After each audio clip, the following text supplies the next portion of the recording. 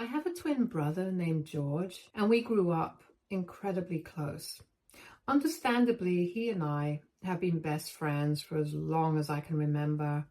Growing up, we would do everything together, from playing small pranks on our families to playing video games late into the night after our parents would fall asleep.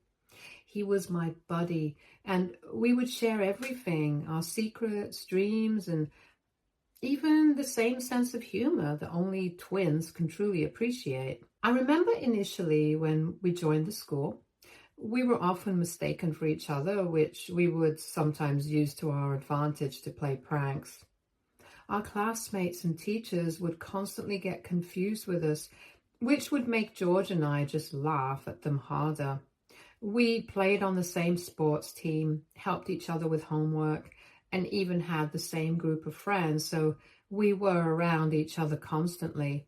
It was like having a built-in best friend in my family who understood me better than anyone else. Our bond wasn't just about the fun games, though. We were there for each other through the tough times, too. When our parents were going through a rough patch in their marriage, George and I would lean on each other for support. I remember our parents would fight constantly, and their disagreements kept escalating to the point where it became so abusive that I would often have to step in to protect our mom from our dad. Dad hated that I took mom's side, but I didn't care. George, on the other hand, was very much scared of Dad, so he would try to keep his mouth shut as much as possible in these situations, avoiding any confrontation. Our dad was an intimidating figure, especially when alcohol was involved.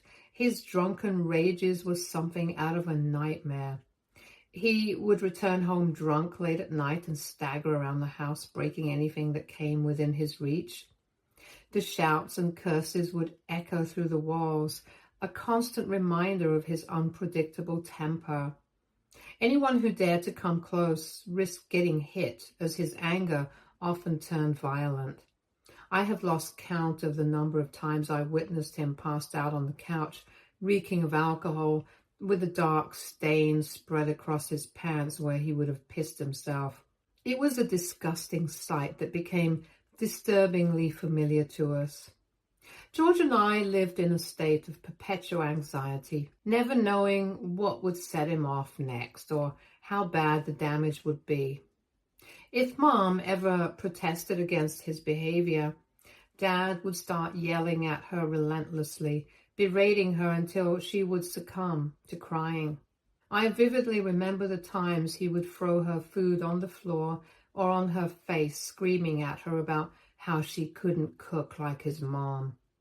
He would complain about how dirty the house was and accuse her of not being good enough for him. He would drag her out of the house and threaten to throw her on the streets while she would scream for help. We lived in one of those neighborhoods where other people would see everything and know the abuse going on, but would keep their noses out of others' business since they didn't want to interfere between a man and his wife. But even if they would have called the police, I doubt our mother would have filed a complaint against our dad since she didn't have anywhere to go and was so used to being treated like that. I never really understood why my dad was so harsh on her, since my mom really did her best as much as she could with what she had. She worked as a part-time server as well as took care of me and my twin full-time. All her paychecks went to our dad, since he refused to let her have her own bank account, as he wanted to take care of the finances around the house. Dad did nothing to help us around the house except terrorize us just because he paid for our rent and amenities. He would constantly remind us about how we lived under his roof, so we had to listen to him. Otherwise, he would kick us out to the streets. As a child, I felt paralyzed and didn't know how to react to his explosive outbursts. However, as I grew older, I began to find my voice and the courage to stand up to him. I would ask Mom to retreat to her bedroom before Dad came home drunk so she could be away from his wrath. I would then take on the task of serving Dad his dinner myself. If he ever threw the plate of food away in anger without eating, I would refuse to serve him again, no matter how much he yelled at me. When he threw things at me in his fits of anger, I would deliberately refuse to clean and leave the mess on the floor so the next time he walked through the house barefoot, he would accidentally step on the debris and injure himself. I thought with time he would become stronger and better, however, when George and I became teenagers. I started to notice slowly that he began behaving a bit more like Dad, especially around girls our age. He would make derogatory comments to our female classmates, saying things like they shouldn't waste their time and study and that they belonged in the kitchen. These comments would irritate me, but I tried to chalk it up to him trying to be funny so he could fit in and be well liked by our classmates. I also noticed that people generally invited me to parties and would later invite George only if I reminded them. I guess George noticed this too and thought being funny and saying sarcastic remarks would make him look better. Unfortunately, his comments started to grow increasingly sexist. One time at a birthday party, he called one of my female friends a fat kitten and told her that no one would ever marry her if she stayed fat, and that guys would just sleep with her and leave her. He tried to laugh it off after the comment as if it wasn't a big deal, while my friend had tears in her eyes. I felt so terrible for her that I mumbled an apology and dragged my brother out of the party. I was furious and yelled at him for being such an embarrassment in front of everyone. George argued back while laughing, saying I shouldn't get so worked up over a joke, and that he was just pointing out the obvious. I told him firstly that it was rude and that he had no right to say such mean things to anyone, especially on their birthdays. But he insisted he was just being funny. I looked him straight in the eyes and said, "No one laughed at your comment. So who did you think you were being funny for?" He grew quiet as I went on to tell him that it was pathetic of him to put down women, especially since that was exactly what our dad did to our mom every day. In my anger, I spit out to him how much I hated him for being so similar to our dad. I knew I had crossed a line because he glared at me. With a smirk, he replied, "Well, maybe I don't mind being like Dad.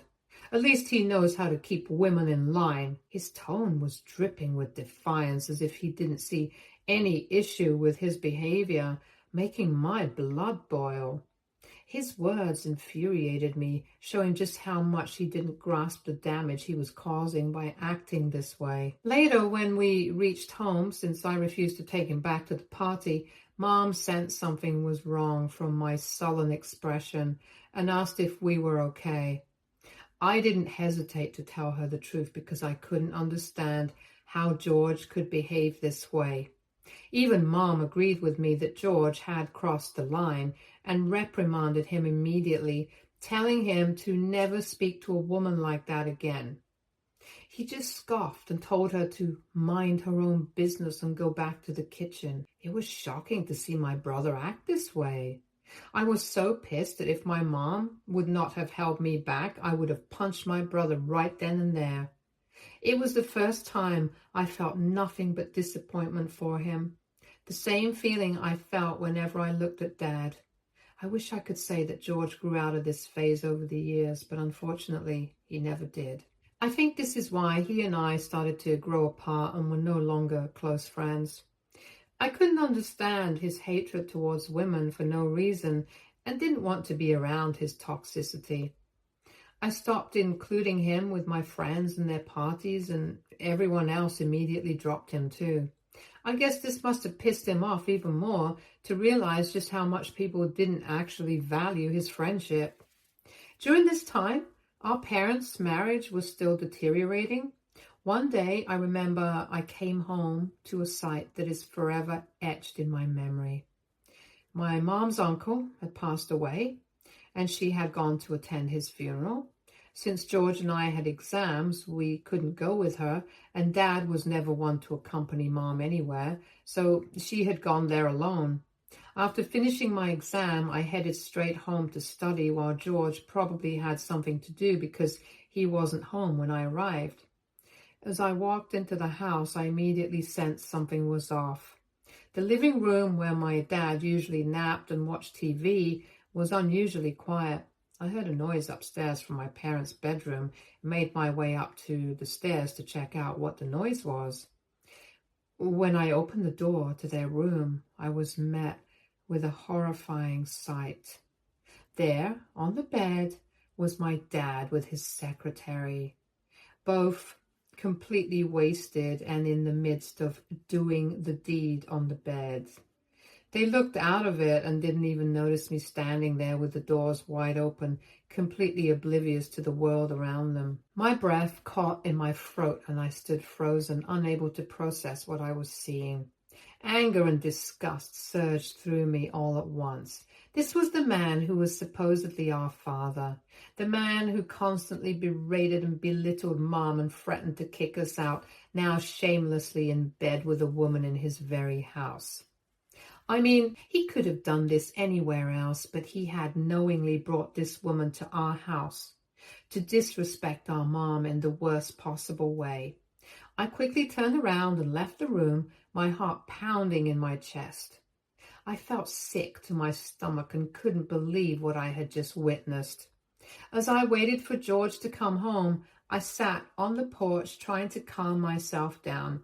When he finally arrived, I pulled him aside and told him everything, hoping he and I could confront Dad together. George, surprisingly, didn't look as shocked as I thought he would be. I stopped then and asked him why he wasn't reacting at all. His eyes moved around before he finally opened up, revealing that he already knew Dad had been seeing the secretary behind our backs, and sometimes even brought her home when Mom wasn't around. Stunned, I asked him how he found out and why I had never seen her before at our house. George explained that Dad usually brought her over when we weren't around, but once George had apparently caught him. Dad had tried to justify his disgusting behavior by telling George that men sometimes have needs, and that he should not say a word to anyone else since no one would ever understand. Since then, George had kept it a secret, allowing Dad to bring the secretary around whenever we weren't home. I guess it was some sick fantasy or power play for my dad to bring another woman into the house and sleep with her. George went on to admit that he had no idea Dad would bring her over that day, but if he did, we shouldn't make a ruckus and should keep this information to ourselves. Hearing this, I was both infuriated and heartbroken. I couldn't believe George had been complicit in hiding such a betrayal from Mom. His willingness to protect Dad's secret felt like a deep betrayal to me and Mom. My voice trembled with fury as I berated him for not protecting Mom and for allowing Dad's deceit to continue unchecked. George's face turned red with anger, and he yelled back, accusing me of always trying to be a perfect son and acting like the hero of the family. He claimed he just wanted to keep the family peace. The argument escalated as I told him this wasn't about me being a hero, but about standing up for what was right and protecting Mom and us. I accused him of being complicit in Dad's betrayal by choosing to hide it rather than confronting the issue. George pushed me back, insisting that I should not utter a word to Mom, and that if I did, this would lead to our parents' divorce, and he would blame me for the rest of his life. He continued to tell me how these things sometimes happened, and I should turn a blind eye to it.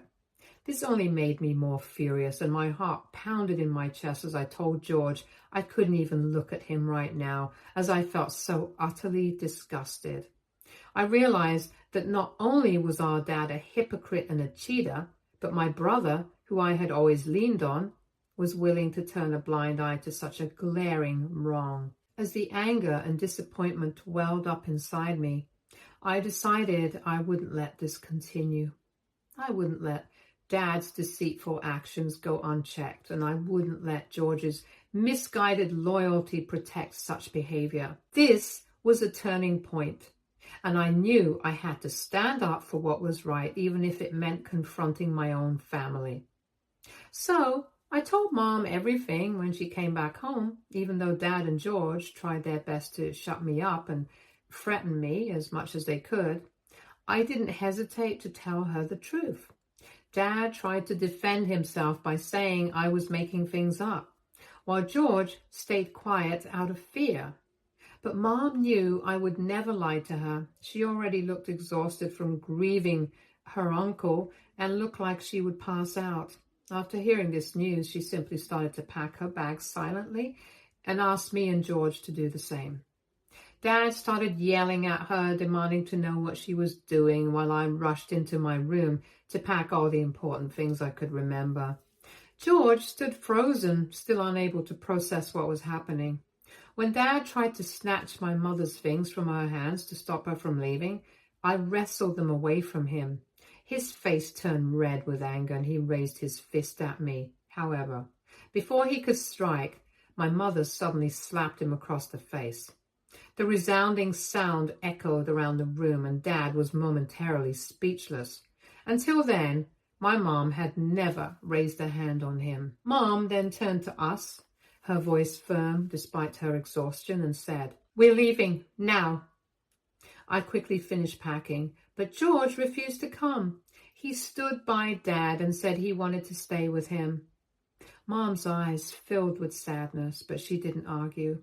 She just nodded, told him she loved him and that he was welcome to move in with us whenever he was ready, and we left Dad's house that day. It was a turning point for all of us.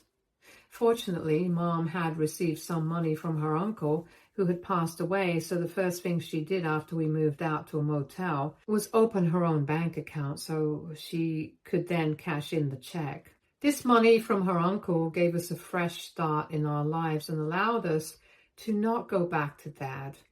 When Mom finally divorced Dad, she took half of everything he owned while he begged her for mercy, saying how he had worked hard for everything and she should not be so greedy.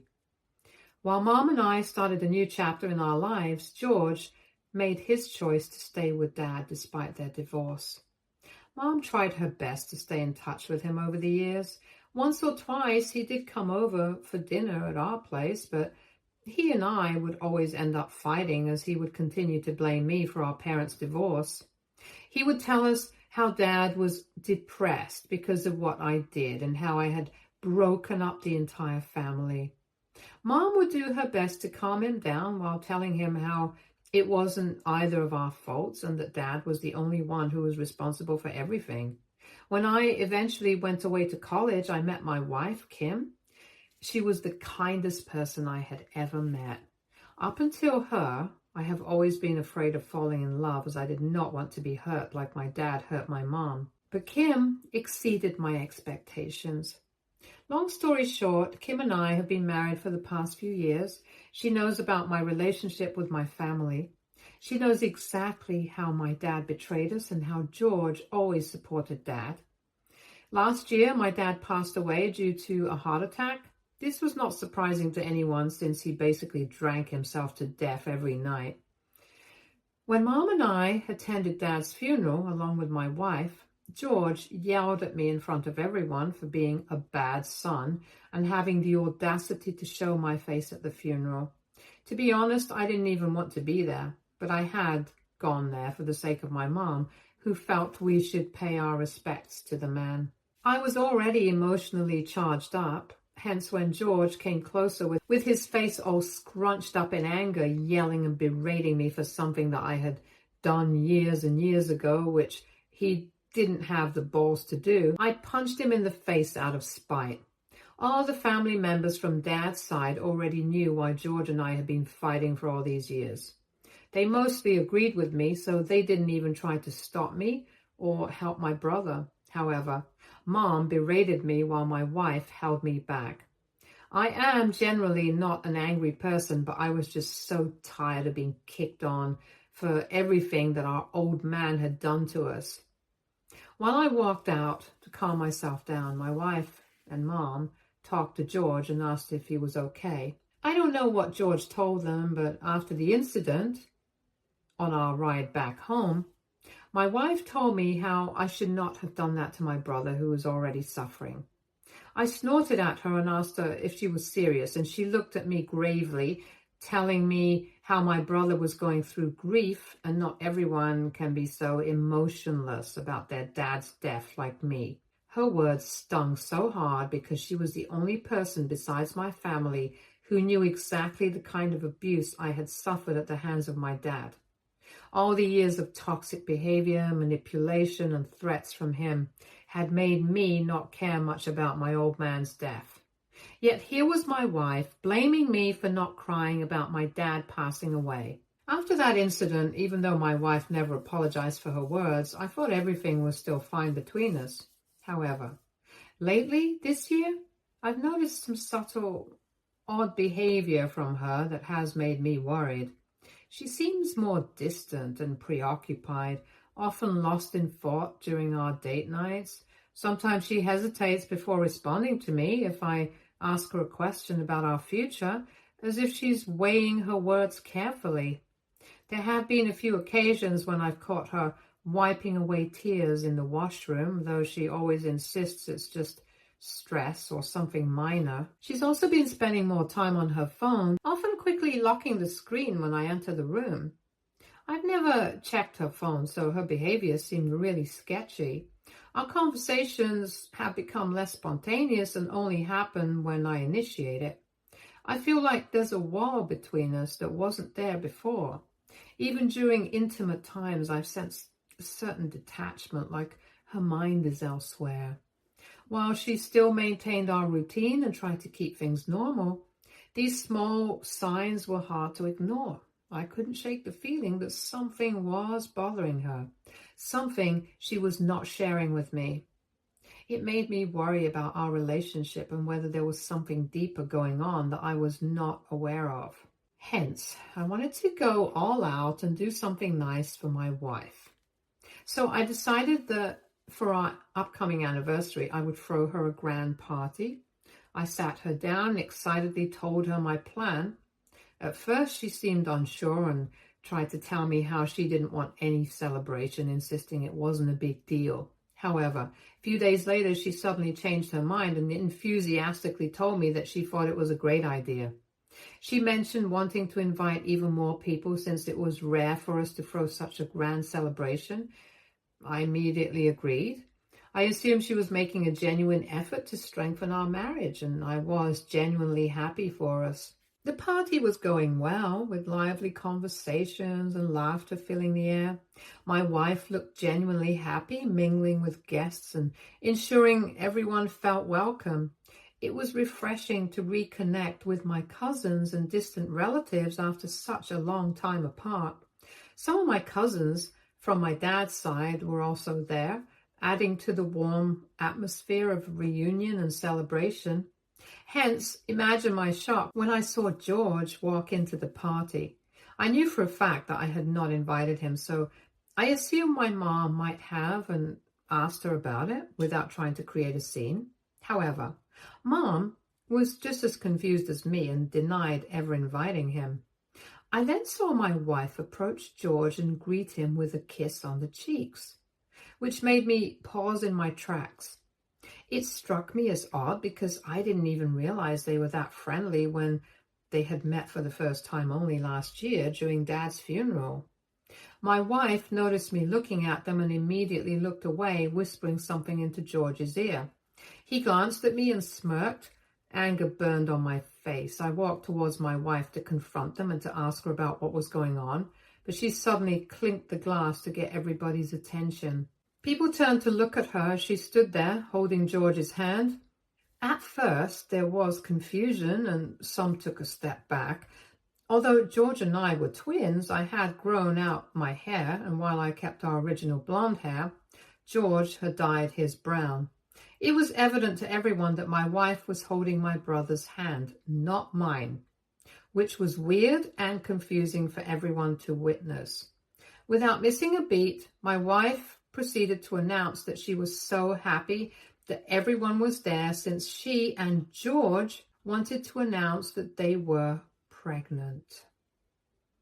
The crowd fell silent and people stared between me, my wife, and George, trying to comprehend what was happening.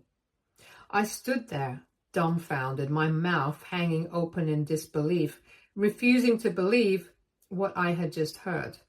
My mom loudly asked if this was a prank that my wife was playing on us because there was no way this could be true. George then went on to say how Kim and he had been having an affair for quite a while after she connected with him online when Dad passed away, and that they had eventually fallen in love. He boldly announced how Kim had been unhappy with me for years, claiming I couldn't satisfy her enough, and expressed that he was just rescuing my wife from a loveless marriage. I was stunned into silence, my mind struggling to process the betrayal unfolding before me. The crowd was silent at first, but then slowly people began hurling insults at my wife and George, their voices filled with anger and disappointment. Each and every one of them looked disgusted and creeped out. Some shouted accusations of deceit and betrayal at my wife, calling her a cheater and a hag, while others expressed sympathy for me. Clearly, my wife had not expected this reaction, and she looked like a deer caught in headlights. I was just so embarrassed and still confused about everything that was happening. I felt my chest tightening with everyone staring at us. I looked at my mom, and she immediately knew I was going to have a panic attack and knew she had to get me out of there. We walked out amidst the continuing insults hurled at George and my wife. Kim tried to run after me, apologizing for breaking the news to me that way and pleading for me not to leave her alone with such animosity, especially since she was pregnant. She told me that she needed me to publicly accept her relationship with my twin brother, as then only other people could give her their blessings. Before I could respond, my normally composed mom turned red-faced and screamed at my wife that what she had done was unforgivable and that her child would never forgive her for being such a characterless mother. Tears welled up in Kim's eyes as I simply laughed, agreeing with my mother, and left her there. Since the disastrous party, Kim has been reaching out to me, begging me to talk to my relatives, as everyone has been texting and calling her to express their anger over what she and George have done. However, I have refused to help her in any way, since she decided to do this all on her own during our anniversary party shamelessly. AITA for not protecting her in this case? Update 1. To update everyone, yes, I will be divorcing Kim. There is absolutely no doubt about that in my mind. Also, I have a prenup with her, so she cannot take a penny from me whatsoever. I am currently staying with my mom, and I have asked Kim to move out of my house within the week. Honestly, I have no idea why she and my brother started their affair exactly, but the reason doesn't matter anymore at the moment. I cannot be with someone who can betray me this way. I have not told any of my family members to back off from them because I feel George and Kim deserve all the backlash. They are grown adults, so they can deal with this fiasco on their own. Update 2. It's been 7 months since my last update, and I have finally divorced my cheating wife. Kim and her lawyer tried to sue me despite our prenup, but there was nothing really that they could do thanks to our state's law. Since she had openly admitted that she was pregnant with my brother's baby, she could not even hold me responsible for child support. I didn't even spare a glance at her throughout our divorce, even though she tried to beg me to be more understanding about what she had done and how she just fell in love with my brother. As for George, that coward hasn't shown his face to me or tried to confront me after the party. Just like our dad, he doesn't have the balls. Update 3. Hello everyone, it's been a long time since I last updated here. I have sold my previous home and have now moved into a much more lavish place, which is convenient for me as a bachelor. Since a lot of you have been asking, Kim did give birth to her baby with George, and they now live together. Unlike me, my brother can't afford to give her a great life, hence she now works along with taking care of the baby. My brother is exactly like our dad, who drinks and passes out on most nights. So he's basically an absent father. If you're wondering how I know about all of this, it's from my cousins, from my dad's side, who George reaches out to, supposedly borrowing money from them because he's unable to keep up with the expenses. Mom has cut off all contact with him and has blocked him from everywhere, so he can't go to her for help either. Stay tuned for more stories from Argo.